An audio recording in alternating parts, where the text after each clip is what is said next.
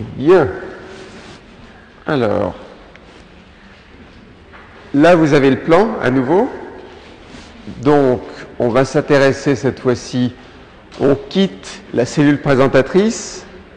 On sait tout de la cellule présentatrice avec les molécules de classe 1, les molécules de classe 2, on sait tout des cellules cibles, on sait comment les cellules présentatrices ou les cellules cibles font l'apprêtage de l'antigène, et elles font tout ça, pourquoi? Pour présenter un antigène à un récepteur sur le lymphocyte T.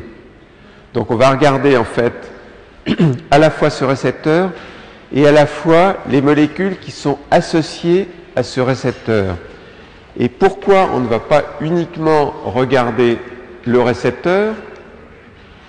Donc, ce que je viens de vous dire, c'est illustré maintenant. On était pour l'instant sur le versant où on s'occupait essentiellement de la présentation d'un peptide, l'apprêtage de ce peptide. Mais maintenant, on va s'intéresser à ce qui se passe ici, c'est-à-dire au récepteur qui va reconnaître en fait le peptide et la molécule de classe 1 ou la molécule de classe 2. Donc c'est ici qu'on passe. Mais ce que je viens de vous dire, c'est que on ne va pas s'intéresser uniquement à ce récepteur, on va s'intéresser également aux molécules accessoires qui sont sur la lymphocyte T. Donc vous avez bien compris, on est passé d'une cellule à une autre, hein. On est passé en face maintenant. On s'intéresse aux cellules accessoires parce que le récepteur, lui, il est chargé de la reconnaissance du peptide et de la molécule de classe 1 ou de classe 2, mais il y a d'autres molécules qui sont importantes, notamment pour la transduction du signal, parce que ce n'est pas le récepteur lui-même qui va faire la transduction du signal, et également, c'est quelque chose qu'il faut bien imaginer, ce n'est pas une vue de l'esprit, pour qu'il y ait une reconnaissance des cellules présentatrices et des lymphocytes T, il faut que ces cellules viennent en contact. Il faut même que ce contact dure, et il y a notamment des molécules d'adhésion qui favorisent le contact physique entre une cellule présentatrice, un lymphocyte T, entre une cellule cible, un lymphocyte T. Donc vous avez besoin, autour du récepteur, en fait, d'autres molécules pour la transduction du signal et pour l'adhésion. Alors,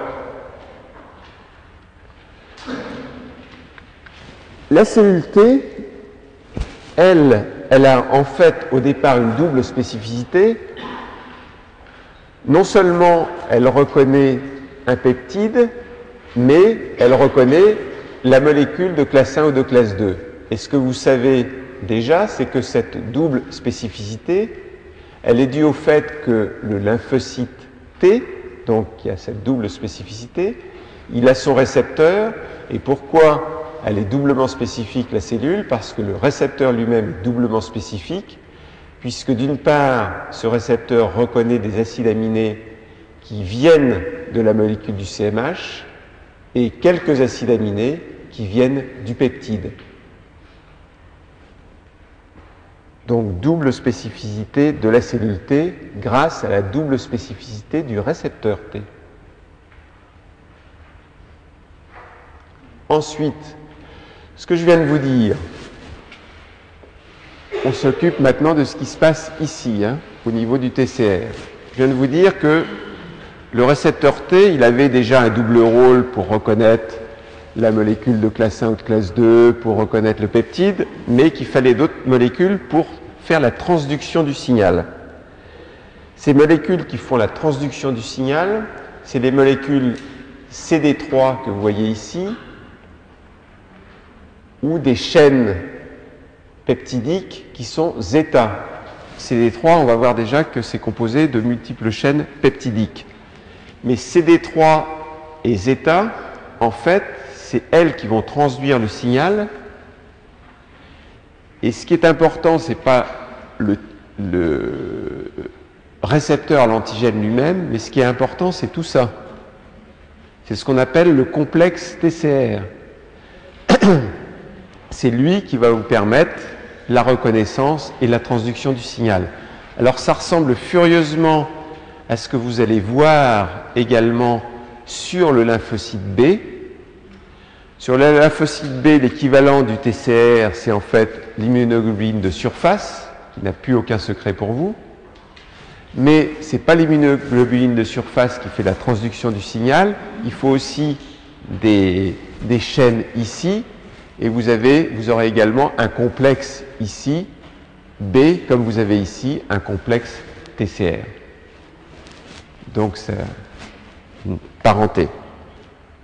Bien.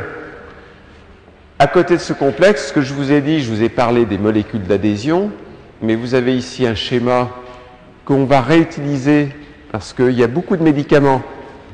Ce qu'il va falloir voir, c'est qu'un certain nombre de médicaments nouveaux actuellement utilisés sont des médicaments qui agissent sur une de ces molécules que vous voyez ici. Et ce qui nous intéresse, le TCR dont on va beaucoup parler, ils sont là. Mais vous avez des molécules ici qui sont pour la transduction du signal. Vous avez des molécules qui sont importantes, co-récepteurs tels que CD4. Vous avez des molécules d'adhésion. Et là, c'est encore une vue simplifiée de toutes les molécules que vous avez à la surface d'un lymphocyte T ou d'un lymphocyte B. Alors, maintenant qu'on a vu toutes ces molécules, il faut voir aussi qu'à cette surface, certaines de ces molécules, et vous voyez ici, le TCR là, les molécules d'adhésion que l'on trouve ici, là vous avez des corécepteurs, ça forme au niveau des lymphocytes T, ce que l'on appelle, et à la jonction lymphocyte T, cellule présentatrice, ça forme ce que l'on appelle des synapses immunologiques. Les synapses immunologiques, c'est des petites surfaces donc, qui sont à la surface des lymphocytes T et où se concentrent en fait un certain nombre de molécules nécessaires pour que l'interaction entre les cellules présentatrices et le lymphocyte T se passe bien. Donc la synapse, elle va vous rassembler le récepteur T, elle va vous rassembler des molécules d'adhésion, elle va vous rassembler des corécepteurs. Tout ça, la synapse, on va revenir plusieurs fois là-dessus. Vous allez revoir cette diapositive pas mal de fois. Alors, le TCR. Alors, la découverte du TCR, tout ça, on commence à arriver...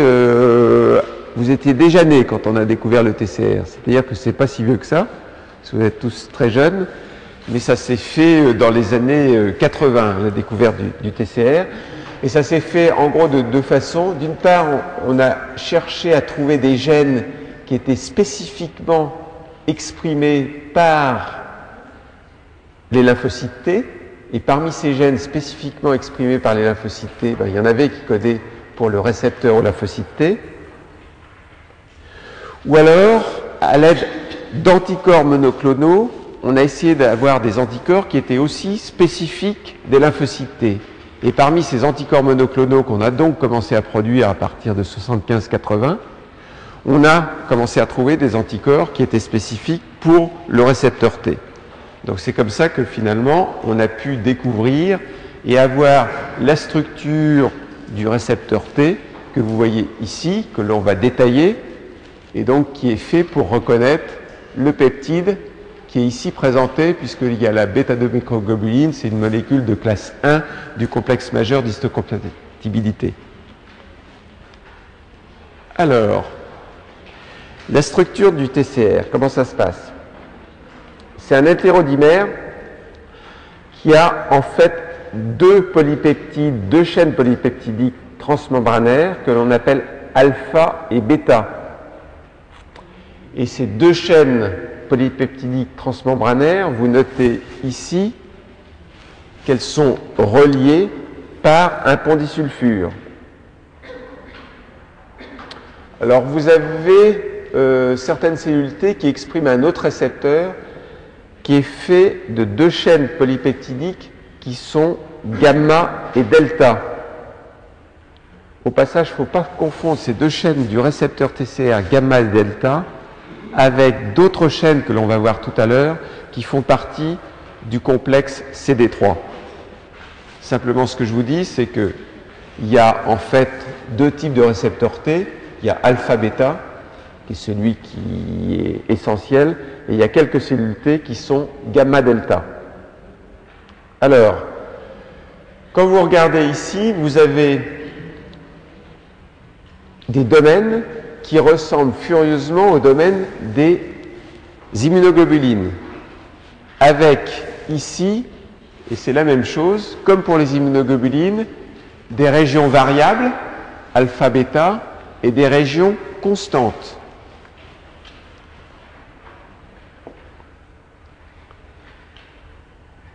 Donc région variable, région constante, ça ressemble, c'est des structures très proches de celles des immunoglobulines.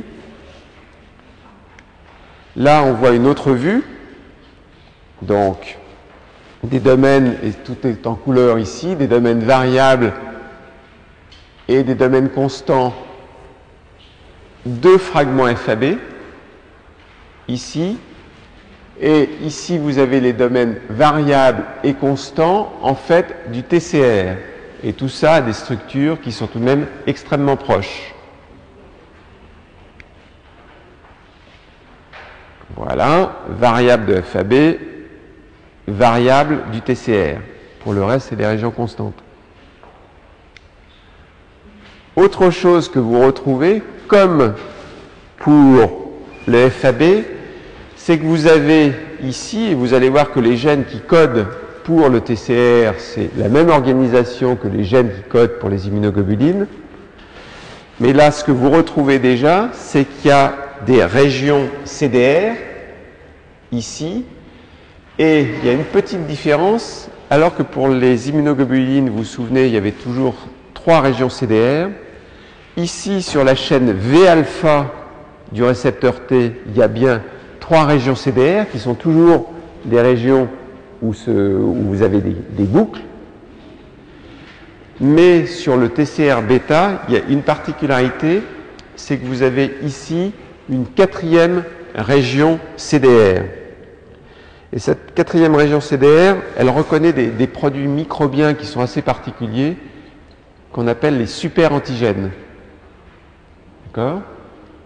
Donc, ça c'est la 4e région CDR, il faut savoir qu'elle est... Ça c'est pour le super-antigène qui va être reconnu ici.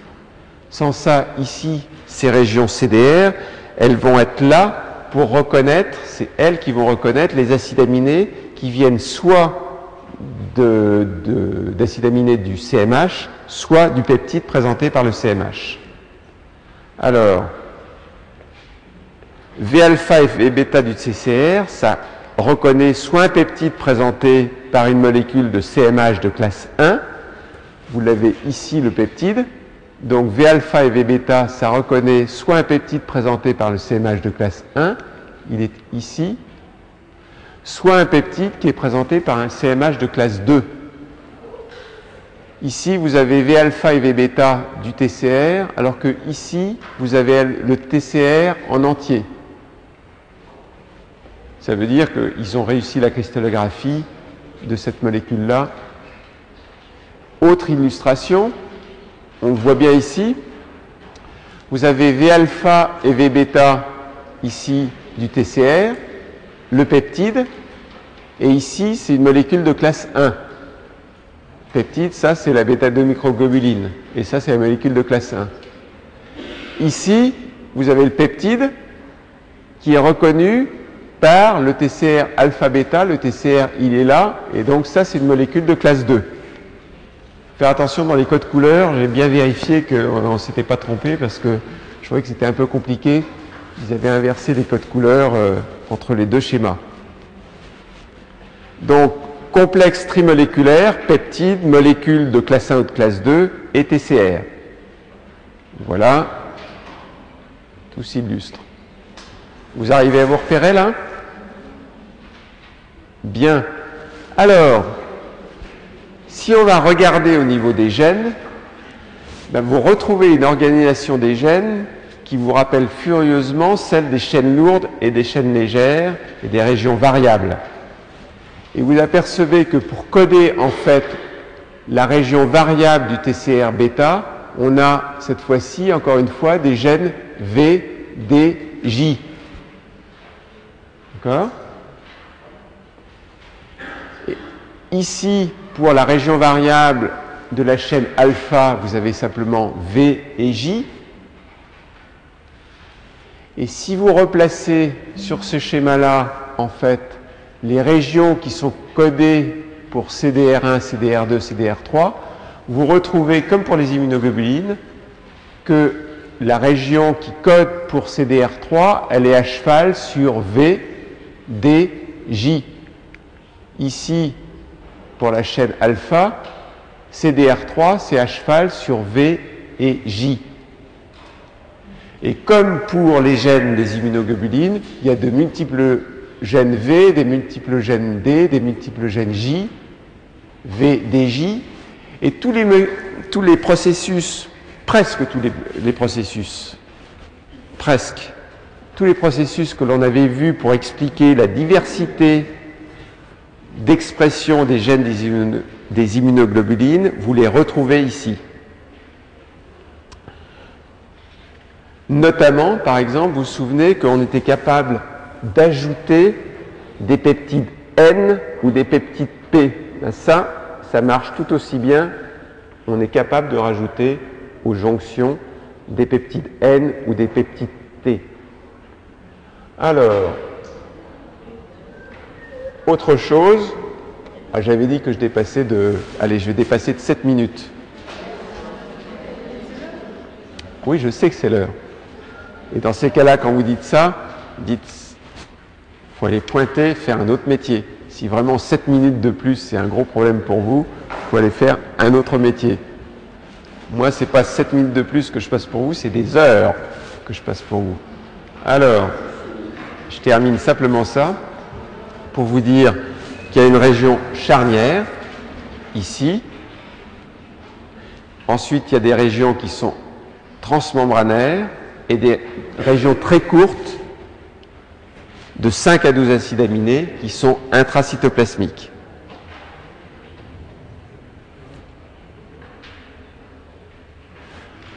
Dernier point, pour préciser, vous l'avez déjà compris, que ça ressemble furieusement au fragment FAB des immunoglobulines, mais là, il y a question. Donc, on va terminer là-dessus.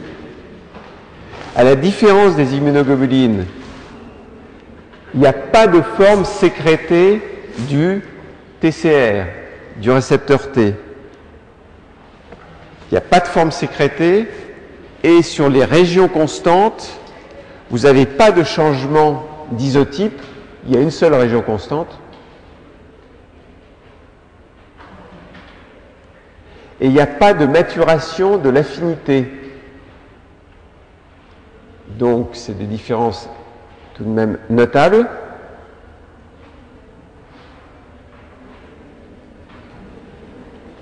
Voilà, et là, on s'arrêtera là, et la prochaine fois, on recommencera sur le rôle du TCR.